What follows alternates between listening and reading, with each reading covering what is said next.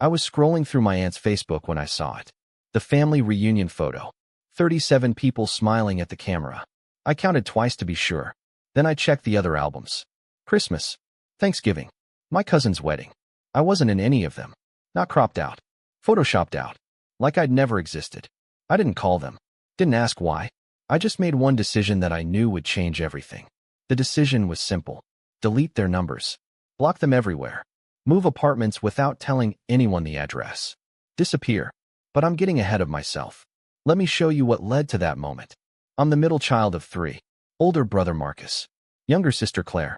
Me, Julian. Stuck between them like furniture nobody notices until they need to move it. Growing up, Marcus was the athlete. Claire was the artistic one. I was there. Not neglected. Not abused. Just perpetually overlooked. When Marcus made varsity, we had a party. When Claire got into art school, we had a party. When I graduated summa cum laude, we had dinner at Olive Garden and my dad spent most of it on his phone. I told myself it didn't matter. That I was being sensitive. That every family has dynamics. I was wrong. The pattern wasn't just about attention. It was deeper than that. When Marcus needed money for a car, Dad co-signed a loan. When Claire needed money for supplies, Mom set up a monthly allowance. When I needed help with my first apartment deposit, I was told character builds through struggle. When Marcus got engaged, the family threw an engagement party for 60 people. When Claire got her first gallery showing, they rented a venue. When I got my first real job as a financial analyst at a major firm, I got a text that said congrats with a thumbs up emoji. I noticed. Of course I noticed. But I didn't say anything. Because that's what middle children do. We adapt. We don't make waves. We learn that our feelings are less urgent than everyone else's needs. But the photos were different. It started small. I noticed I was cropped out of pictures Mom posted on Facebook. Just slightly. Like the frame didn't quite fit, so she adjusted it, and I happened to be on the edge. Then I noticed I wasn't tagged in family photos. Everyone else was. Just not me. Then I started appearing less in the photos themselves. Someone would take a family picture, and I'd be in the bathroom. Or getting drinks. Or somehow always the one behind the camera. At first I thought I was imagining it. Then last November, my aunt posted the family reunion album. I was at work when the notification popped up. 53 new photos from Janet Miller. I opened Facebook during my lunch break. The reunion had been in August. Lake House upstate. I'd been there. Spent 3 days there. Talked to people. Helped cook. Played cards with my cousins. I scrolled through the album. Group photo by the lake. I wasn't in it. But I remembered that photo. I'd been standing right there between Marcus and my cousin Dave. I remembered it specifically because Dave had made a joke and I'd laughed right as the camera clicked. But in the photo, there was just empty space where I'd been. And the spacing looked wrong. Like someone had been removed and the people on either side hadn't quite shifted together naturally. I zoomed in. You could see the edge of my shirt on Marcus's shoulder. A pixel artifact where the edit wasn't quite clean. My stomach dropped. I scrolled faster. Dinner photo. I wasn't in it. But I'd sat right there between Mom and Claire. Bonfire photo. Gone. I'd been holding the marshmallow sticks. Boat photo. Missing. I'd literally been driving the boat. Every single photo. 37 photos total. Not one included me. I sat in my office with my sandwich forgotten and went through every album my aunt had posted for the past 2 years. Family Christmas. I was there. Not in the photos. Marcus's bachelor party. I was his best man. 2 photos included me. Both had me cropped to the edge, barely visible. Claire's art opening. I'd helped her hang half the pieces. 0 photos.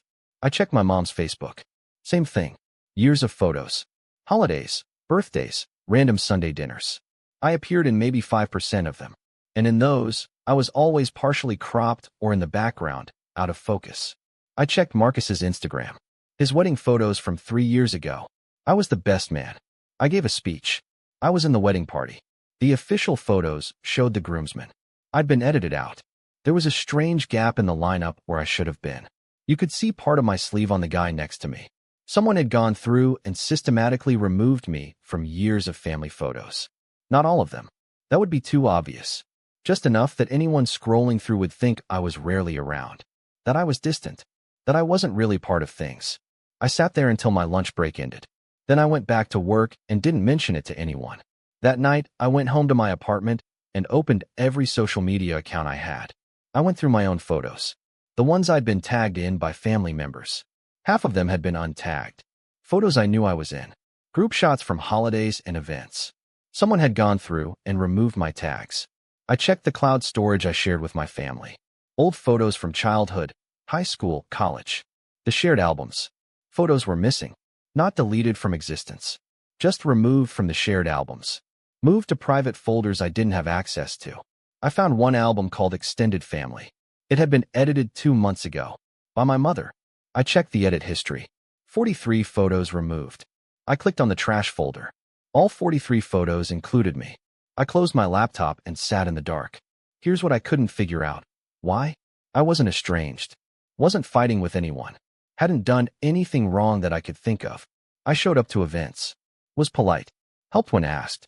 Stayed out of drama. But someone, multiple someones, had decided I shouldn't be in the family record. That I should be erased. I could have called my mom. Confronted her. Asked why. I could have posted something on Facebook. Made it public. Forced them to acknowledge it. I could have shown up to the next family event and demanded answers. I didn't do any of that. I did something else. The next day, I changed my phone number. Didn't tell anyone in my family what the new one was. I blocked them all on every social media platform. Facebook, Instagram, Twitter, LinkedIn. All of them. I updated my emergency contacts at work. Removed my parents. Added my roommate and my best friend from college. I canceled my attendance at Thanksgiving. Sent a group text from my old number, saying something came up with work. Then I deactivated that number. I moved apartments 2 months later. Didn't tell anyone the new address. Didn't file a forwarding address with the post office for family mail. I disappeared. If they wanted me out of the photos, fine. I'd be out of their lives too. The first few weeks were strange. I kept expecting my phone to ring. Kept expecting emails. Something. Nothing came. Thanksgiving happened without me. I saw the photos on my aunt's public Facebook page. I'd blocked her, but hadn't unfriended her, so I could still see public posts. Family gathered around the table. Turkey and stuffing, and everyone smiling. They didn't look upset. Didn't look like anyone was missing. Christmas came. Same thing. Tree, presents, matching pajamas. Everyone there except me. No one reached out to ask where I was. Not my mom. Not my dad. Not Marcus or Claire. Not my aunts or uncles or cousins. Nobody. It was like I'd never existed. Which, I guess, was the point. I spent Christmas alone in my new apartment. Ordered Chinese food. Watched movies. It should have been sad. It wasn't. It was peaceful. Because for the first time in my life, I wasn't waiting to be noticed. Wasn't trying to earn a place in the frame. Wasn't wondering why I wasn't enough. I just was. Months passed. I focused on work. Got promoted to senior analyst. Started making real money. Invested it carefully. Bought better furniture. Joined a gym. Made new friends through work. Started dating someone who actually saw me. Who didn't treat me like background noise. I built a life that had nothing to do with my family. And it was better than anything I'd had before. A year went by. Then 18 months. Then my phone rang. My new number. The one family didn't have. Unknown caller. I almost didn't answer. But it was a Tuesday afternoon, and I was between meetings. Hello. Juliet. A woman's voice. Familiar. My Aunt Janet. How did you get this number? Your office gave it to me. I called your old number, and it was disconnected, so I called your company. Said it was a family emergency. They put me through. I made a mental note to talk to HR about their information security. What do you want? We need to talk. It's about your father. I don't have a father. Julian, please. He's sick. Really sick. We need you to come home. I am home. You know what I mean. The family needs you. The family hasn't needed me for 2 years. They didn't even notice I was gone. That's not true. Janet, I saw the photos. All of them. I know what you did. Silence on the line. I don't know what you're talking about. The reunion. The holidays. Years of photos. I was edited out. Cropped. Removed. Like I didn't exist. More silence. Julian, that's not. We didn't. I saw the edit history. I saw the dates. I know exactly who did it and when. It wasn't personal. Removing someone from family photos is the definition of personal. Your mother thought. She stopped herself. My mother thought what? Janet sighed. She thought it would be easier. For Claire. Easier for Claire? Her therapist said something about family dynamics. About middle children sometimes taking up space that makes other siblings feel overshadowed. Your mother thought if she just adjusted the visual record a little. It would help Claire feel more central to the family narrative. I laughed. Couldn't help it. You erased me from family photos because Claire's therapist said middle children take up too much space? It sounds bad when you say it like that. It sounds bad because it is bad. She was struggling, Julian. Your sister was really struggling with her identity and feeling seen, and your mother was trying to help. By making me invisible. It wasn't supposed to hurt you. You were always so independent. So self-sufficient. Your mother thought you wouldn't even notice. Well, I did notice. And now you're calling because you need something. What is it? What does Dad want? He has cancer. Pancreatic. Stage 4. They're saying months. Maybe weeks. I felt something. Not grief. More like distant observation. Like hearing about a stranger's illness. I'm sorry to hear that. Will you come see him? He's asking for you. No. Julian. I'm not coming. I'm not visiting. I'm not doing bedside reconciliation. I'm not playing the part of the dutiful son who shows up when it's convenient. This isn't about convenience. He's dying. Then he'll die without me. Like I've been living without all of you. You're being cruel. I'm being exactly as present as I was in those photos. How's that for symbolic? Please, Julian. Your mother needs you. Marcus and Claire need you. The family needs you. They edited me out of their lives. I'm just making it official. We'll pay you. Whatever you need. Just come home. And there it was. The real reason for the call. Pay me. Your father's medical bills are enormous. The insurance doesn't cover everything. We need help with costs. You're doing well in your career. Marcus is between jobs. Claire's art doesn't pay much. Your parents' savings are gone. We need family to contribute. I started laughing again. Harder this time. Let me make sure I understand. You erased me from family photos because I was taking up too much space. You didn't notice I was gone for over a year. And now you want me to pay for Dad's medical care. When you put it that way, that's the only way to put it. You need money. So suddenly I'm family again. You've always been family. Except when it came time to include me in the family record. Except when Claire needed to feel more central. Except when literally anyone else needed anything. Then I wasn't family. I was furniture. Movable. Removable. Forgettable. Julian, I understand you're hurt. I'm not hurt, Janet. I'm done. There's a difference. So you're just going to let your father die in debt? Let your mother lose the house? I'm going to let the family that erased me deal with their own problems. The same way I dealt with mine. Alone. He's your father. He stopped being my father the day he let Mom edit me out of existence. You want to know what's cruel, Janet? Editing your son out of family photos and thinking he won't notice. That's cruel. What I'm doing is just boundaries. Please. I'm begging you. You know what's funny? I would have helped. A year ago. 2 years ago. If anyone had called and said Dad was sick and they needed help, I would have been there. Would have paid whatever I could. Because that's who I am. That's who I've always been. Then help now. But you didn't call until you needed money. Not when I disappeared. Not on my birthday. Not on Christmas. You called when you needed a checkbook. That tells me everything I need to know. Julian. Lose this number. All of you. I don't exist, remember? That's what the photos say. So stop trying to make me exist now that it's convenient. I hung up. She called back. I didn't answer. She called again. I blocked the number. My work phone rang an hour later. Different number. I answered. Julian, it's Marcus. How many people at my company are giving out my contact information? Please don't hang up. Just listen. I'm listening. Dad's dying. I know you're pissed. I get it. But he's dying. Mom's a mess. Claire's not handling it well. The bills are crushing them. We need help. Then help them. I don't have the money. I got laid off 3 months ago. I'm barely covering my own rent. That sounds like a you problem. When did you become this person?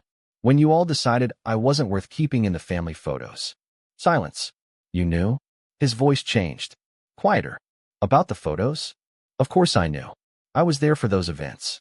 I saw myself get erased. I didn't know Mom was doing that. I swear. You're in those photos, Marcus. You saw the final versions. You saw I wasn't in them. You never said anything. I thought maybe you just weren't there. I was your best man. At your wedding. I was standing right next to you in every groomsman photo. And when you posted the professional shots, I'd been edited out. You didn't think that was weird. I guess I didn't look that closely. Exactly. You didn't look. None of you looked. Because I didn't matter enough to notice. That's not fair. What's not fair is calling me now. After a year and a half of silence. Only because you need money. That's what's not fair. So you're really not going to help? You're going to let Dad die knowing you didn't care enough to see him. I'm going to let Dad die the same way he let me live. As if I don't exist. Jesus, Julian.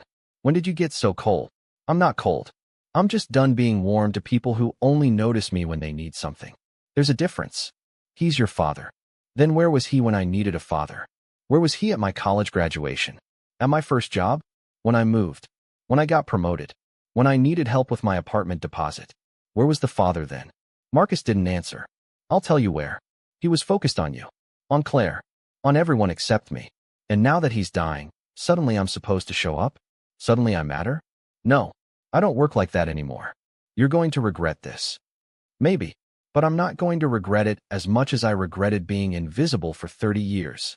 I hung up. He didn't call back. But Claire did. 2 days later. My personal cell this time. The one I'd kept secret. How did you? I called every Julian at your company until I found the right one. That's borderline stalking. Dad's dying, and you won't even visit. That's borderline sociopathic. Is that what you called to tell me? I called to ask you to be human. To remember you have a family. To stop being selfish and come help. Selfish. That's interesting. Tell me, Claire, do you know why Mom edited me out of the photos? What photos?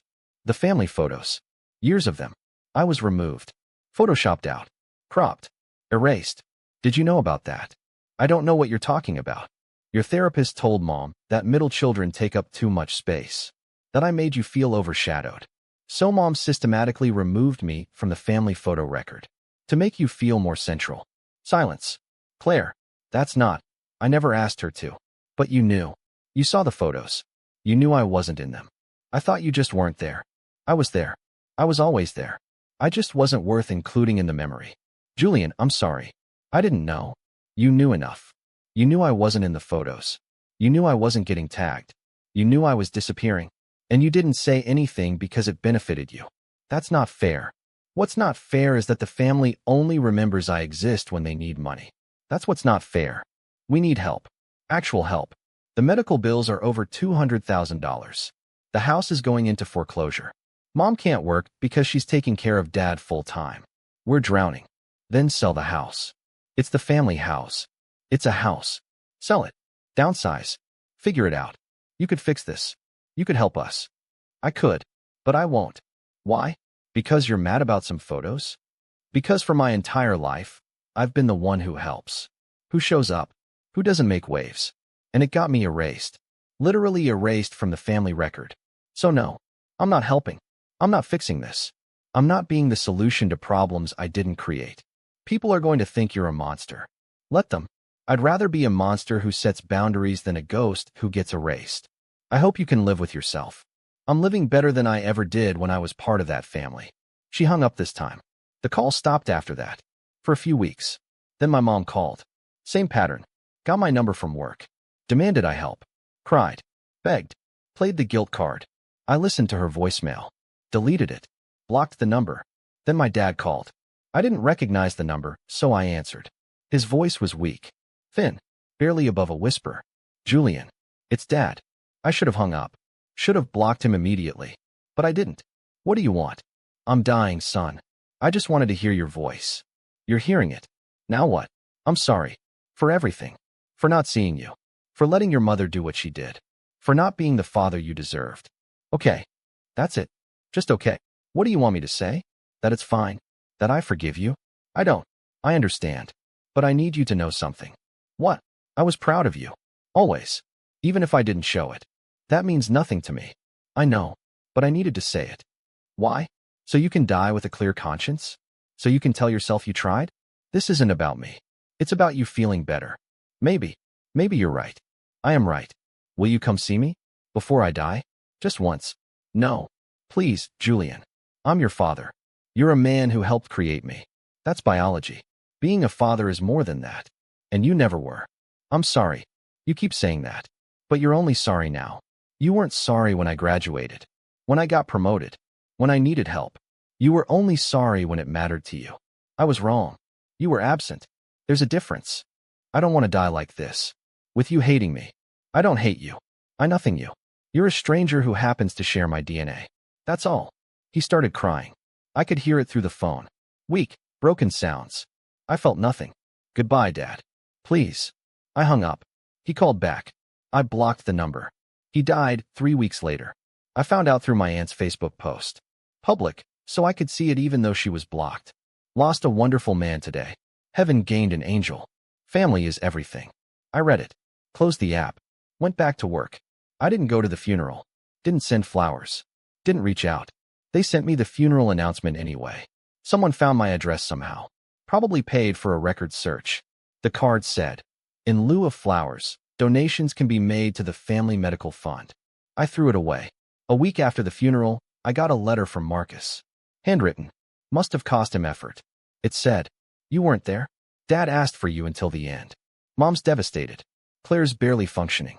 The family is broken. And you couldn't be bothered to show up. I don't know what happened to you. You used to be kind. You used to care. Now you're just empty. I hope whatever point you were trying to make was worth it. Because you can't undo this. Dad's gone. And you'll have to live with the fact that you let him die alone.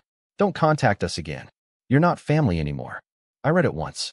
Put it in a drawer. Didn't respond. They were right about one thing. I couldn't undo it. But I didn't want to. Because here's what they didn't understand. I didn't let him die alone. He died with his wife and 2 children by his side. The children who mattered.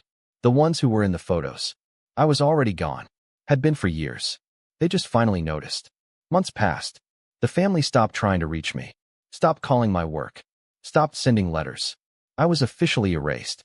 Which is exactly what I wanted. My life got better. Relationship got more serious. Got promoted again.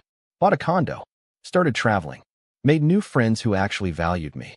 Built a life that had nothing to do with the family that forgot I existed. Then, almost 2 years after my father's death, I got an email. From a law firm. Subject, Estate of Robert Miller, Outstanding Debts. I almost deleted it. Assumed it was spam. But the firm name was legitimate. I Googled them. Real estate attorneys in my hometown. I opened it. The email was formal. Legal language. But the summary was simple. My father had died with significant debt. The estate had been settled. The house had been sold to cover medical bills. But there was still over $80,000 outstanding. The debt was being divided among surviving family members. My portion, $20,000. The email explained that as a child of the deceased, I was legally responsible for a portion of the debt in our state. They were requesting payment within 90 days. I read it twice. Then I called the law firm. "This is Julian Miller. I received an email about my father's estate." "Yes, Mr. Miller.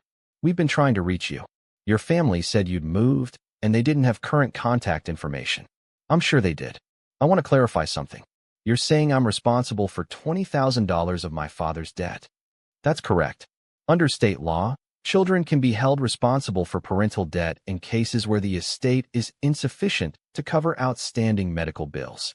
"And my siblings? They received the same notice?" "Yes. The debt was divided equally among 3 children." "I see. And if I don't pay, we can pursue legal action. Wage garnishment. Asset seizure. We prefer to avoid that, but we will protect our client's interests." "Who's your client?" "The hospital where your father received treatment. They're seeking to recover unpaid medical expenses. I'll need to consult with my own attorney." "Of course. But please be aware that the 90-day timeline is firm." I hung up and immediately called my own lawyer. Someone I'd worked with on real estate deals through my job. I explained the situation. He laughed. "Julian, I hate to tell you this, but they're bluffing." "What?" "Filial responsibility laws exist in some states, but they're almost never enforced. And they definitely don't apply when the child wasn't involved in the parent's care. You'd moved away. You weren't consulted on medical decisions. You weren't a caregiver. They can't come after you for this." "You're sure?" "I'm positive. Tell them to pound sand. If they push, I'll send them a letter. But they won't push. This is a scare tactic. They're hoping you'll pay out of guilt or ignorance." "What about Marcus and Claire?" "Same applies to them. But if they're less informed, they might pay it thinking they have to. So the family is trying to stick me with Dad's debt, even though I'm not legally responsible?" "Looks that way. Someone gave the law firm your contact information. Someone wanted to make sure you got that email." I sat with that for a moment. "Thanks. Send them a letter. Make it clear I'm not paying." "Will do." I hung up. Then I did something petty. I called Marcus. From my work phone. He answered. "Marcus, it's Julian. How did you? Never mind. What do you want?" "I got an interesting email today. About Dad's debt. Yeah, we all did. We're each responsible for 20,000. I'm trying to figure out a payment plan. You know we're not actually responsible for it, right? What? Filial responsibility laws don't apply in this case. I talked to a lawyer. They can't make us pay. It's a scare tactic. Silence. You're sure? Positive. My lawyer's sending them a letter. You should do the same. Why are you telling me this? Because even though you erased me from family photos, even though you only called when you needed money, even though you told me I wasn't family anymore, I'm not going to let you pay money you don't owe. That would be cruel. And I'm not cruel. I just have boundaries. More silence. Julian, thank you. Don't thank me. Just remember that the person you erased from the photos is the person who saved you $20,000. Maybe think about that next time you decide who matters. I hung up. I didn't hear from them again for 6 months. Then I got a wedding invitation. Claire was getting married. To someone I'd never heard of. Someone she'd apparently been dating for 2 years while I was gone. The invitation was formal. My name and guest printed in careful script. There was a handwritten note inside. Julian, I know we haven't spoken. I know things are complicated. But you're my brother. I'd like you to be there. No pressure. But you're invited. Claire. I looked at the invitation for a long time. Then I RSVP'd no. I didn't send a gift. I didn't send a card. I just declined and moved on. A week before the wedding, my phone rang. Claire's number. I answered. Julian, you're not coming. That's correct. Can I ask why? You know why. The photos. Still, after all this time. It's not about the photos, Claire. It's about what the photos represented. That I didn't matter. That I was removable. That my presence was optional. I get that. I do. And I'm sorry. I've wanted to apologize for years, but I didn't know how to reach you. You found me today. I did. After a lot of effort. But I found you.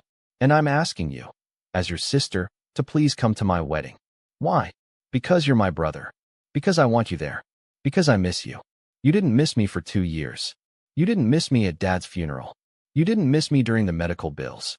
You miss me now because you want the family photo to look complete. That's not, isn't it? Tell me honestly. If I came to the wedding, would I be in the family photos? All of them. Or would I be strategically cropped again? She didn't answer right away. I'd make sure you were in them. That's not the reassurance you think it is. Julian, please. I know I screwed up. We all did. But I'm trying. I'm really trying to fix this. Why now? Why does it matter now? Because I'm getting married. Because I'm starting a family of my own. And I don't want to make the same mistakes Mom and Dad made. I don't want my kids to grow up thinking some people matter more than others. That's great. I'm glad you're learning. But I'm not a prop for your growth. I'm not a photo op to prove you've changed. I'm a person who got erased. And that doesn't just heal because you sent an invitation. What do you want from me? Nothing. I don't want anything from you. That's the point. I don't need you to see me now. I needed you to see me then. And you didn't. So that's it. We're just done? Forever. We were done 2 years ago. You just didn't notice. She started crying. I could hear it. I'm sorry. I'm so sorry for all of it. I know you are. But sorry doesn't undo it. Sorry doesn't give me back the years of being invisible. Sorry doesn't change the fact that you only noticed I was gone when it inconvenienced you. I don't know what else to say. There's nothing else to say. Have a good wedding, Claire. I hope it's everything you want. I hung up. She didn't call back. The wedding happened. I saw the photos on social media. Public posts, visible even to non-friends. Everyone looked happy. The family together. Marcus with his new girlfriend. My mom smiling. Extended family. Everyone there. I wasn't in any of the photos. But this time, it was because I wasn't there. Not because I was erased. Because I chose not to be. That night, I went to dinner with my girlfriend. We'd been together almost 3 years at that point. She knew the whole story. How are you feeling? She asked. Fine. Really? I don't feel sad. I don't feel angry. I just feel nothing. That's healthy. I think. They erased me first. I just made it official. Do you think you'll ever talk to them again? I don't know. Maybe.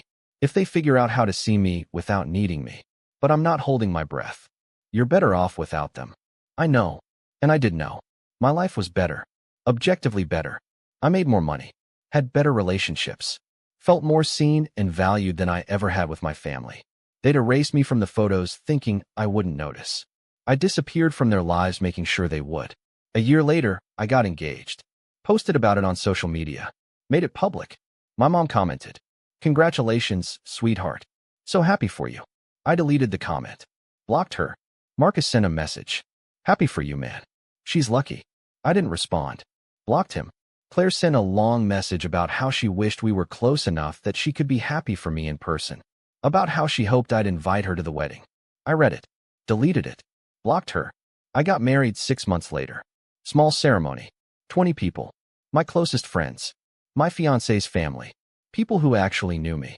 Who saw me. No one from my blood family was there. And I didn't miss them. Not even a little. Because here's what I learned. Family isn't about biology. It's not about photos or DNA or shared history. It's about who shows up. Who sees you. Who values you enough to keep you in the frame. My blood family erased me when I was inconvenient. I erased them permanently. They needed me desperately in the end. For money. For closure. For photo ops. For the appearance of completeness. I didn't give them any of it. Not because I'm vindictive, but because I learned that being needed and being valued are not the same thing. They needed me. They never valued me. And I refuse to show up for people who only remember I exist when they want something. 2 years after my wedding, my phone rang. Unknown number. I almost didn't answer. But I was expecting a call from a contractor about some work on the house. So I picked up. Julian Miller. Julian. It's your mother. I should have hung up immediately. But something made me stay on the line. How did you get this number? I've been trying to reach you for months. I finally hired someone. A private investigator. It cost me a lot of money, but I had to find you. You hired a PI to track me down? I had to talk to you. It's important. Nothing you have to say is important to me. Please, just listen. For 2 minutes. Then if you want to hang up, I'll never bother you again. I looked at my watch. 2 minutes. Starting now. I'm sick. Breast cancer. Stage 3. I've been in treatment for 8 months. It's not going well. I waited. The doctors are saying I have maybe a year. Maybe less.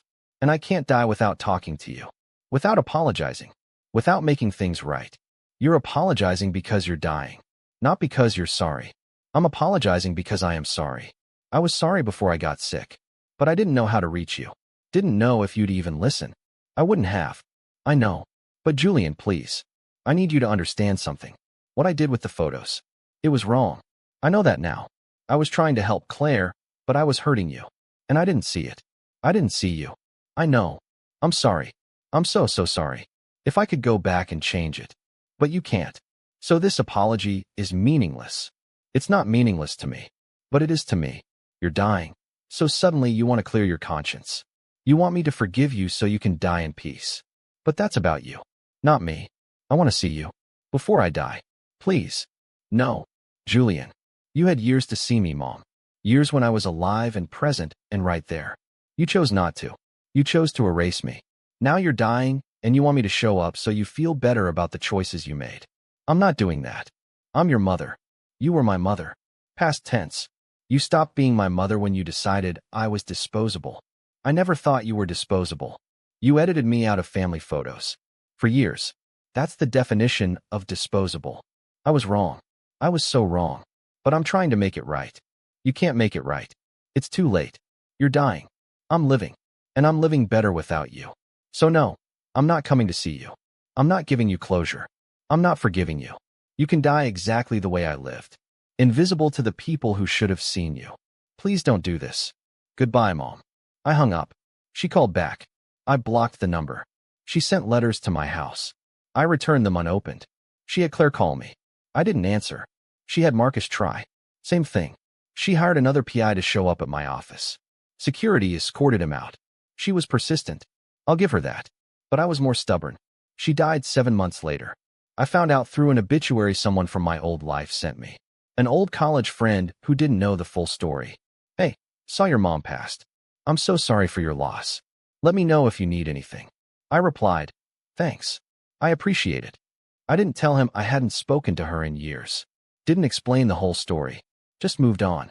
The funeral was small, according to the obituary. Immediate family only. I wasn't there. Wasn't invited, probably.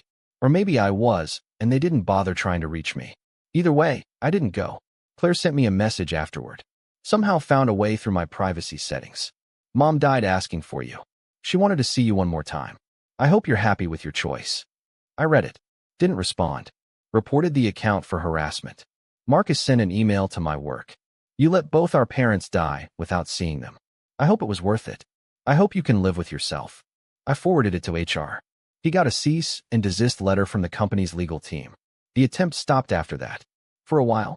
Then, about 6 months after my mother's death, I got served with legal papers at my house. A process server handed me an envelope, made me sign for it. I opened it inside. It was a lawsuit, filed by Marcus and Claire Miller against Julian Miller. The claim, emotional distress and alienation of affection. They were suing me for cutting them off, for not attending the funerals, for causing them psychological harm by refusing to reconcile with dying parents. They were seeking $200,000 in damages. I read the whole thing, all 15 pages of legal nonsense. Then I called my lawyer. David, I just got served with the most ridiculous lawsuit I've ever seen. Send it over. I scanned and emailed it. He called back 20 minutes later, laughing. This is the dumbest thing I've read all year. And I read a lot of dumb lawsuits. Can they actually sue me for this? They can file anything, but they're going to lose. Spectacularly. You have a constitutional right to not associate with people, including family. There's no legal obligation to attend funerals or maintain relationships. This will get thrown out in summary judgment. How much is this going to cost me? In legal fees? Maybe $5,000 to file the motion to dismiss. But Julian, here's what I'm thinking. We don't just dismiss this. We counterclaim. For what? Harassment. Abusive process.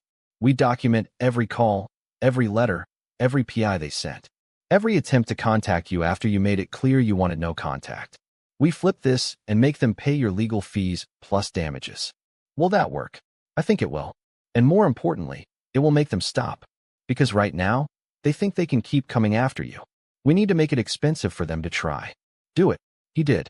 We filed a motion to dismiss plus a counterclaim for $50,000 in damages for harassment and abusive process. Their lawyer withdrew from the case immediately. Malpractice risk. They tried to represent themselves. Filed some rambling response that made no legal sense. The judge dismissed their lawsuit with prejudice in 15 minutes. Then awarded me $15,000 in damages plus legal fees. Marcus and Claire owed me $23,000 total. They didn't have it. The court ordered wage garnishment. Both of them. 25% of their income until the debt was paid. I got a payment every month. Direct deposit. Usually around $800 total from both of them.